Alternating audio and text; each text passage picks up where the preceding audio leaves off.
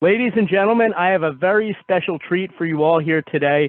Joining us on the program is a legend in professional wrestling, multi-time champion, star with WWE, with WCW, and he is taking part in the room here tonight. We couldn't be more excited. The one and only Mountie Jacques Rougeau. How you doing tonight, Jacques?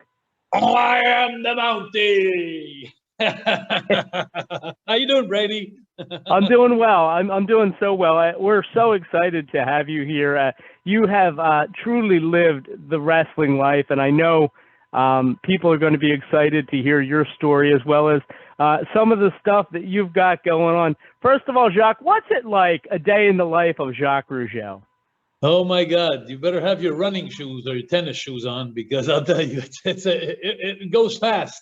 A lot of things happen in one day in my life, and of course, every morning, well, as you could tell there, I'm still at the gym and keeping those biceps up and the chest up too there, and trying to look good. I'm 61 years old, so I'm trying to stay young. And actually, life is very good to me because, like you said, wrestling was my life, and wrestling was my dream when I was young, and I'm still living my dream again today. And one of the great things about your dream is you're helping so many other people to realize that dream as well, which is really a great thing. Before we jump into what you've been up to over the last 20 plus years, and certainly what you're up to now with the Academy, is there like a quintessential moment that people look back at Jacques Rougeau that for you, the memory that like will always persist? Is there something for you that always stands out? Absolutely, absolutely. I got a couple. When you have 41 years of career like I had, active for 41 years, I have a couple of moments, and some good, some bad. And of course, that if I think of because I always like to start with the bad, because I finish with the good, is of course the altercation I had with the Bulldogs. That was a very sad moment in my life. It was very hard mentally for me to go through that, and that'll stick with me. A lot of people, after they've seen the episode of Dark Side of the Ring with Tom Billington, they understand what I'm talking about. But the good things, there's so many good things about wrestling that stick with me, and of course, if I go internationally, worldwide, I'm going to have to say that the great night that I spent in jail with the Big Boss Man as the Mountie, that was one of the classics, of course. And but if I go on a local scene that could have been international, is the night in 1997 on the 11th of April at 11 o'clock at night, when I beat Hulk Hogan with a pinfall right in the middle at the Molson Center in Montreal in front of 18,000 people, no interference, no gimmicks, no nothing, just a clean pin in the middle. That really brought my notoriety up. And then another time I think too that was fun too is when Raymond and we won the tag team belts against the Hart Foundation in Montreal, which was never seen on TV. We won them here locally against the Harts, and by the time we end up being on TV the next Saturday, because of a wrong guy being in the wrong ring at the same time, they took the belts away from us. And but that was so amazing. It was like there was 18,000 people, and there was like 5,000 people banging on my car when we got in the car. It was like winning a Stanley Cup. That was absolutely amazing. Another thing too that I remember that I really, really enjoyed was the Quebecers with Carl Ouellette when we beat the Steiners in Manhattan Center. And the first night we ever came in the WWF as the Quebecers, we beat the Steiner brothers and remained 3 different times in the year that preceded that. As tag team champions of the world. So those are all great moments that I'll cherish probably for the rest of my life. Well, I know that for you and certainly for the people of Montreal, the connection there runs so deep. So much history there with Montreal wrestling and your involvement in it. And I know that this program that you're kind of starting up, this Wrestling Academy, certainly kind of lends to that as well, helping people to achieve their dreams. If you could talk about the Wrestling Academy and kind of all the stuff that you've been up to since we've really seen you on TV last. Okay, great. But before, I just want to end that last segment, if you don't mind, because of all the things that have happened to me in life. I do want to give a tribute to my father, Jacques Rougeau, and my uncle, Johnny Rougeau. My great uncle, Eddie Auger, was the first generation. We have 4 generations of wrestling. And my brother, Raymond, who helped me a lot, and we helped each other, and my other brother, Armand, and my 3 sons that were wrestling too up till 3 years ago. So when people think about the Rougeau name and they think of what I've left behind and what I've done, I could have never done it without the path of my family before me, and I just want to mention that it's like the reputation of the Rougeau got bigger and bigger from generation to generation. And I'm the one who, on the third generation, I put all the crops in, like I took all the credit, but it comes from You're somewhere. reaping it. Yeah, I'm reaping it. And I just want to say thank you to my whole family. Now, to going into project, I got to tell you something amazing's happening in Canada. And there's so many things happening, but this project is the best thing that ever happened to me in my life. And even going to the WWF doesn't beat what I'm doing now.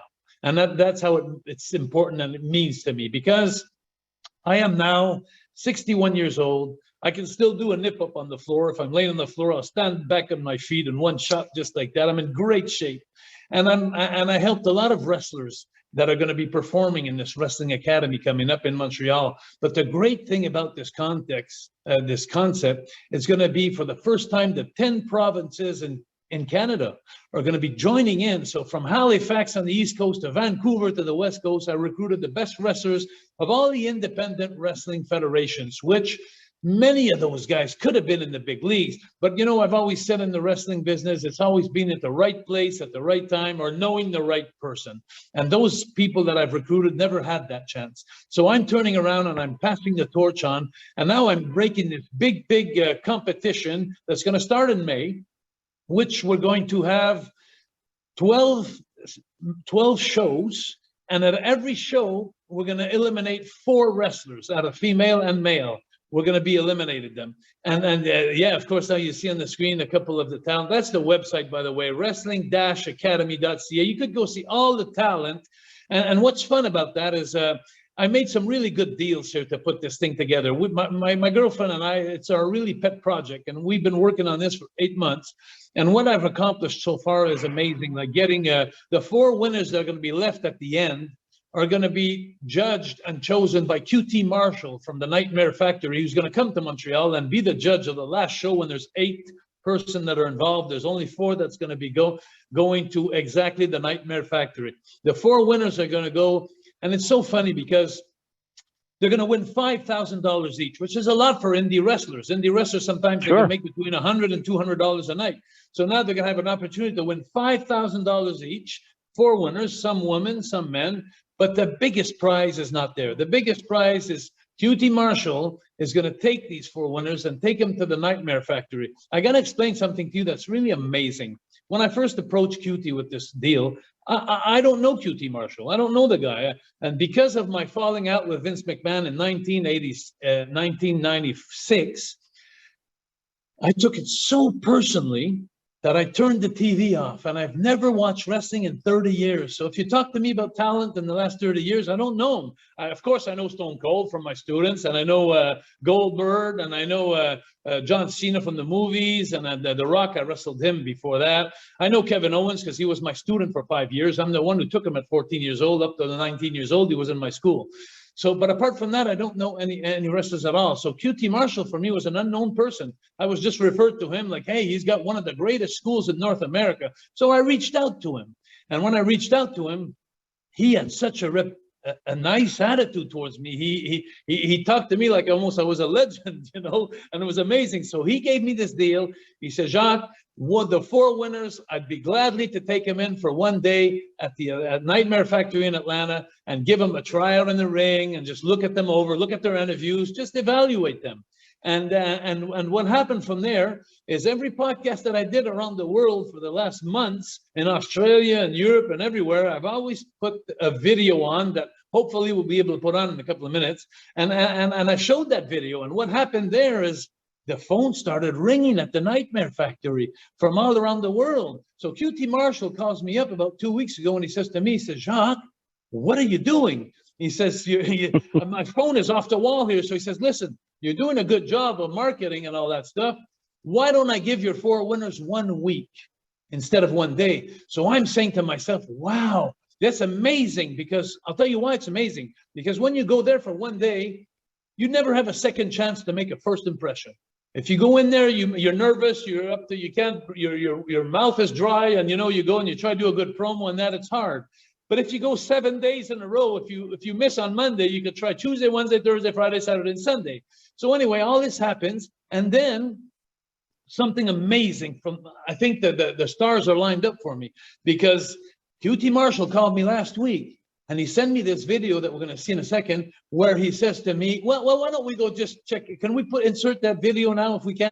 Hey everybody, this is QT Marshall from All Elite Wrestling and one of the owners of one of the best training facilities in the world, the Nightmare Factory. And I wanted to give a quick shout out to Nick, who runs a Rise podcast, and this evening has Jacques Rougeau on there. And Jacques has a great project in the works. I'm excited about it. In fact, the Nightmare Factory has even told Mr. Rougeau that the winners of this project will receive a special 3-month, 12-week scholarship to the Nightmare Factory, which has seen athletes from all over the world come train with us. And honestly, some have signed contracts with major wrestling organizations in the world, such as AEW and stuff like that. So I'm excited for this project. I think it's a great for aspiring professional wrestlers all throughout Canada.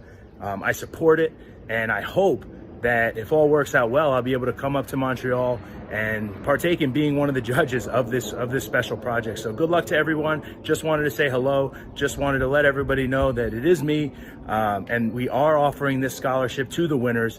So you can read into it whatever you want, but you've heard it straight from the horse's mouth. It is true. And again, good luck to everyone, and hopefully see you soon. Now, see, that's huge. That is huge right there. I mean, not only is QT affiliated with AEW, so this school, in a way, it's almost like a pipeline to achieving potentially success in AEW or other larger companies as well. For sure. I hope you see me. I don't see myself there on the camera, but I hope you still see me. But anyway, yes, long story short is for him to go ahead and to say that we're going to have 3 months to be evaluated. Now that's amazing, because I'll tell you why it's amazing in my book. I honestly think that QT Marshall really cares about the Canadian wrestlers. And I also think he's taking this in like his pet project, you know, and so now we went from 1 day to 1 week to 3 months. Now, this is what happens in 3 months in Atlanta, Georgia. You're at the Nightmare Factory. All the big wrestlers that are based in Atlanta are flying out. They come and work out there. So you get to meet them. My talent will be able to get to talk with them for a long time. And then QT Marshall, he's there for the first week. He's busy, this, hi. Second week, hi. Third week, second month, it's like, hey, buddy, how you doing? Like, you know, and then the third month, he loves you. You know, if you're still there, it's because he loves you. And I honestly believe the talent is so amazing in Canada. The ones, if you go see on the website, wrestling-academy.ca, you'll see the talent. They all have a little promo of 30 seconds. You see their picture, you click on the picture. And I honestly think, now this is just something I'm calling, that it's nothing that I'm promising, but I think that there's a couple out of the 4 that can make it to the big leagues. And, you know, if that happens, I'll be the one who produced all that and made that. And you know, what made this competition so amazing is I've had friends from the past, all these guys that I used to work with every night, that they send me a nice little message of encouragement for the Canadian female and male wrestlers. And in that, you'll see so many people: Coco Beware, Tito Santana, Ricky the Dragon Steamboat, $1 Million Man, Lanny Pop, and he goes on and on, GSP, MMA. You'll see all the people that I got into. But one of the most important to me, they're all important, but one of the most important to me is Bret the Hitman Hart, because he's the biggest icon that ever came out of Canada was Bret. So now he's who's turning that guy? around. I'm only kidding. I said, who's that guy? Yeah, and he I like that. And and if we could show that video, what an amazing inspiration for the talent in Canada to say, hey, wait a minute, Bret Hart's looking at this. Oh, let's go into this. Hey, this is Bret the Hitman Hart, and I want to wish all the best to Jacques Rougeau and his Wrestling Academy 2022. I know they got a big event coming up, a big contest, and a great opportunity for wrestlers across Canada, men and women, to train and maybe win $5,000 and ultimately get a chance to train with QT Marshall and the Nightmare Factory, and maybe get a chance to maybe wrestle for AEW. But all I know is this is a great opportunity for every young wrestler, and I want to just thank Jacques Rougeau for putting the idea together. I hope it works out really well, and may the best wrestlers win. Well, there you go. There you go. The man best known for losing the Intercontinental title to Jacques Rougeau. Whoa, sorry about that. I'm only playing, of course. That was a great time, though. Isn't it amazing to have Bret encouraging? And if you take the time please, ladies and gentlemen, take the time and go see wrestling-academy.ca. You'll see all Coco Beware. You'll see all the Giant Kurgan. I'm naming them and I'm forgetting them. There's so many people that got behind me and got behind this project, this Canadian project. And it's so touching for all the Canadian wrestlers, the female and male, and myself, to know that these guys, they cared about me, you know. I've always been a sentimental kind of guy, and you know, and for me, it means the world to me. That's very cool. Now, when you're talking about talent, and obviously, like you said, you've recruited the best from all around the country. What do you look for in the talent that you're bringing in for this? Well, we're looking for the things that some places they lost, and you know, and I honestly think the best wrestler that exists is the one that has a great ability in the ring, that has a great microphone, a good interview, a storyteller, but most importantly, charisma. And you know, if you have charisma, you know, the difference, if people ask me, well, Jacques, what's the difference between charisma and no charisma? I say, okay, you have a TV show in front of you, and you're walking in the lobby of something or a sports bar or something, and you look at the screen and you take a look at it, and there's two things that happens. You stop and you listen, or you keep walking. And that's bottom line. And that's what charisma is. Charisma draws people. Charisma stops people in their spot. And that's what I call charisma. And I have a lot of those talents. And listen, there's some talents in there. You got to go see those talents. It's amazing. And I'm not going to pick or choose one more in particular, but holy mackerel, you're going to see that they have a lot of natural talent. And the amazing thing, like we're talking about, is going 3 months to QT Marshall's Nightmare Factory with all that talent. Sure. Well, it's like I always say to somebody, you know, what the deal is those people that are sending down there, they all have nice cars that are all nice, beautiful cars that were washed. But QT Marshall, he's going to put the wax on it. And he's going to put the wax on the car. And so That's what it is. And you know what's amazing, Brady, about all this?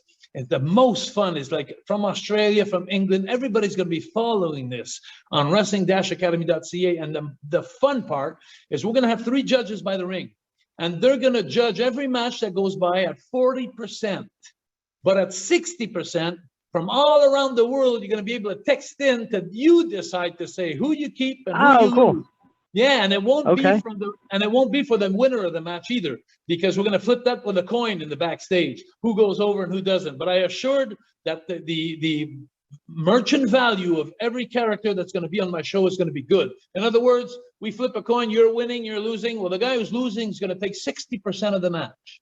So he shines a little bit more than the guy who's going to win, because the guy's going to win. He's automatically going to draw some attention. So I'm going to make sure that everybody looks good in this competition. And what's fun also about this is even the losers are going to be winners, because for the last 8 months, they've already been on my website. And for the next 6 months, they'll be on the website. So everybody around the world is looking at my talent that from Canada. So even if this competition is over for this year, because it's going to happen for the next 6-7 years, I'm sure. But for this year, let's say it starts in May, let's say, and it finishes in July.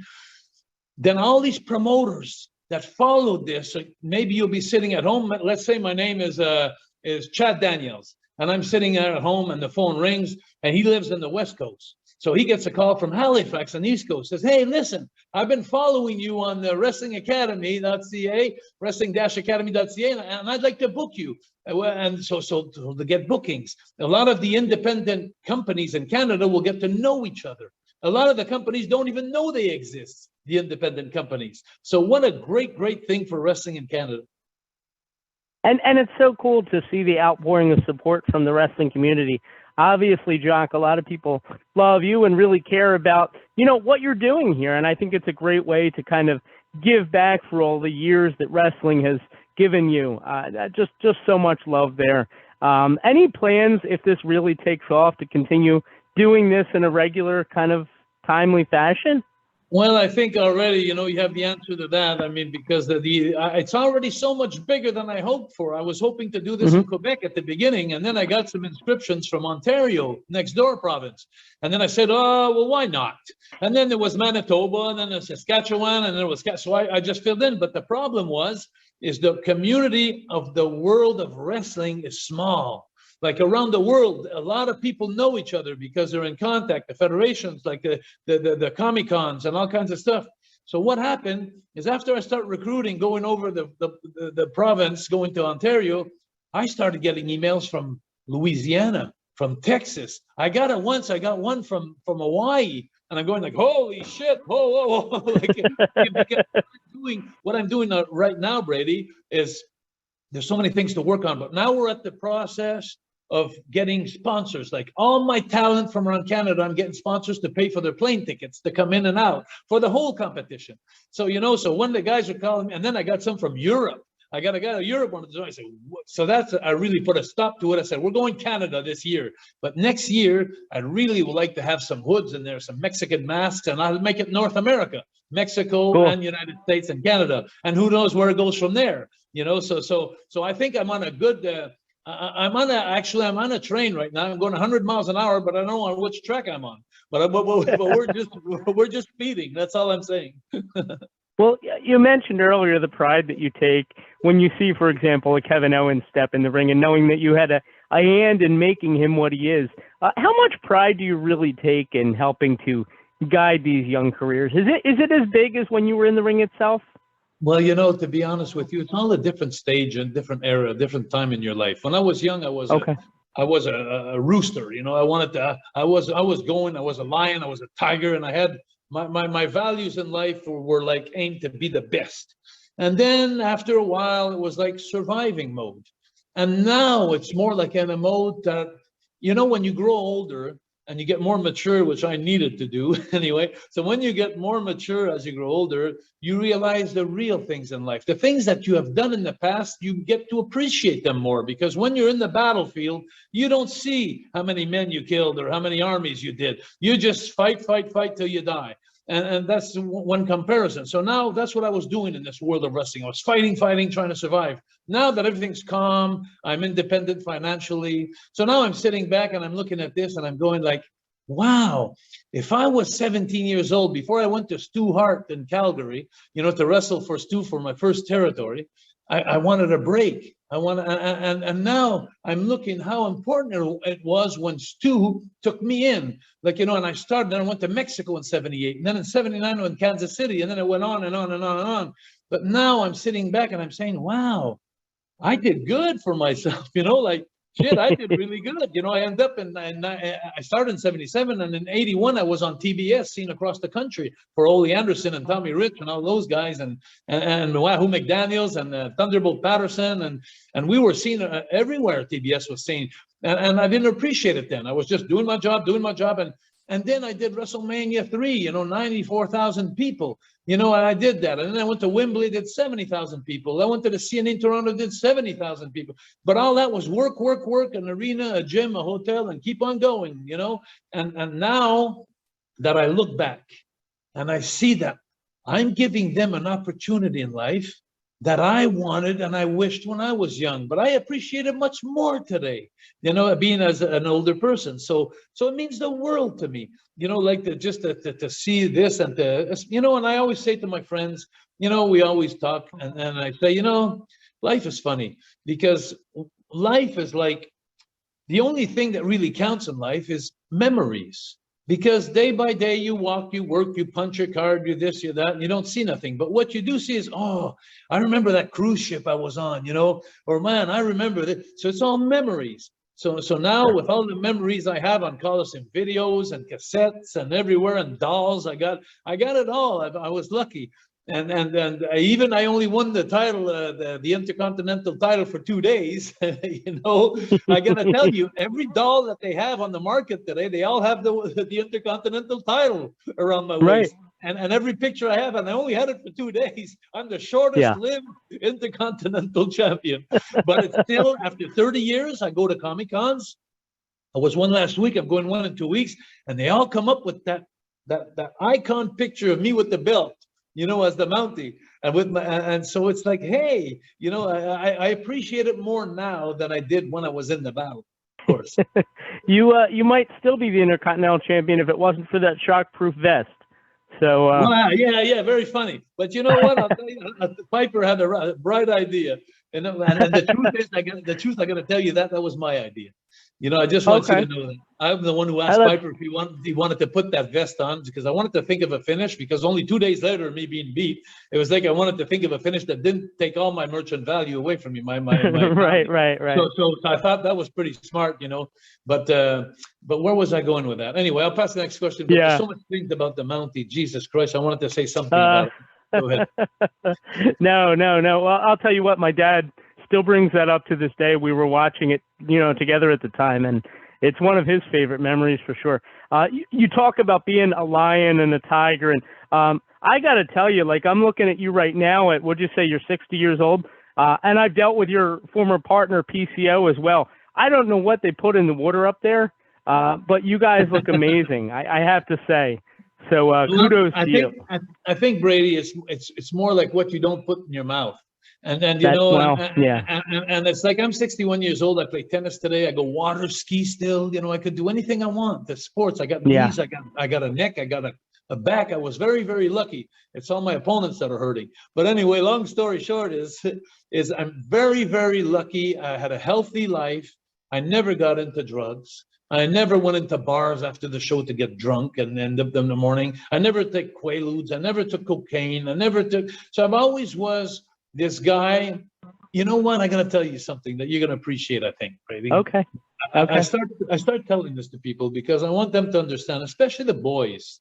I want the boys to understand that, because there never was a bad bone in me. Like I never was a person who was mean. I never had a mean bone in me in my life. Sometimes I was a loudmouth, and sometimes, I talk too much, and sometimes nothing wrong with that. Yeah. Well, it depends. So anyway, but all this to say that I realized over the years that take the scale out. You're going to laugh, but it's the truth. I admit it today. A normal person is up here, and an autistic person is here. And I might be somewhere, maybe here. So sometimes in life for me, Brady, things were bigger than what they really were, or they were like, the feelings that I had inside of me were taking me so intense. Everything was so intense. Example, I was the kind of guy that when I was in the dressing room, I had a lot of heat with some guys because I spoke my mind. I didn't. My mom used to tell me when I was young, I never listened to her, turn your tongue 7 times before you talk.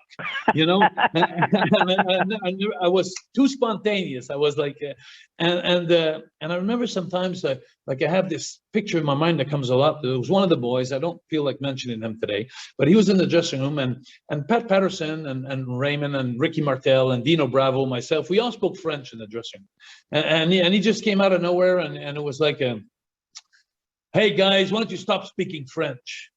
And he said it once, and then he went to complain to the office, to Pat Patterson, who was the right-hand man of Vince. So Pat, he came to see me, and he told me, like quietly, like said, Jacques, he says, do you mind speaking English? You'll have less heat. And I said, excuse my language. I say, fuck the heat.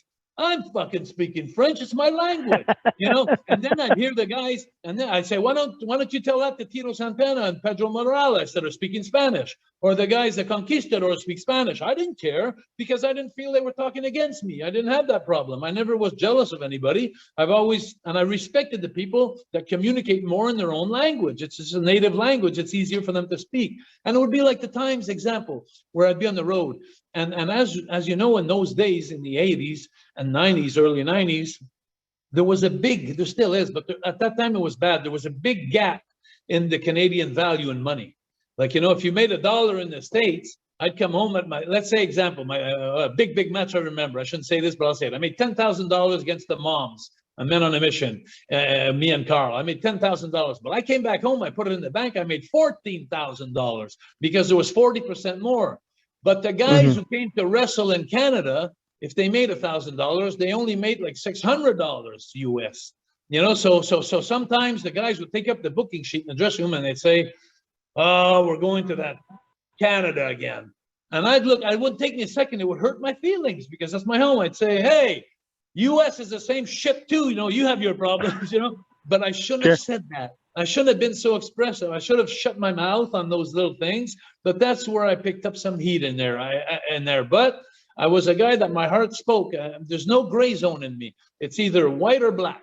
And there's no like politician words. There's no things that you say to make everybody happy. I'm not like that. I have my opinion and I speak my opinion, and I've always done that. So it got me in trouble here and there down the road. But honestly, there was never, like I said, a mean bone in me. And I never hurt anybody. I never talked about, I never ribbed anybody. So I was always doing my own thing. But now that the scale where I'm at there, so I wish that some of the boys that see this, they're going to look back and they're going to say, wow, Jacques has grown quite a bit, man. He knows he's stupid. He's like, it's not like, so there was nothing. I love the boys. And so when I'm coming back to wrestling-academy.ca and I see all these guys that are doing these promos for me, for my concept and for the Canadian wrestlers, I'm so touched to know that they like me. That means a lot to me.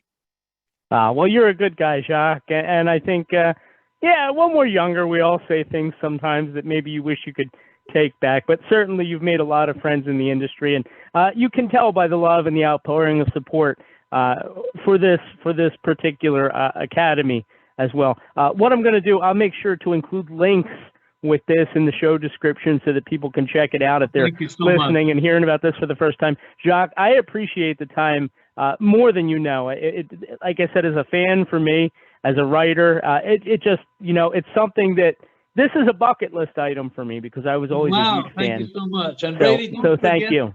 And don't forget to tell people, that's the biggest thing for me, is to go subscribe on wrestling-academy.ca and to vote, to follow this Canadian competition, and they could come and vote, for who they want to. It's going to be great to follow, and I'm much obliged for you taking the time and giving me the time to express this project. And ladies and gentlemen, what we're going to do right now is we're going to go to commercial break. On the other side, we're going to open the phone lines up, 914-338-1885. It's In the Room on the VOC Nation Wrestling Network.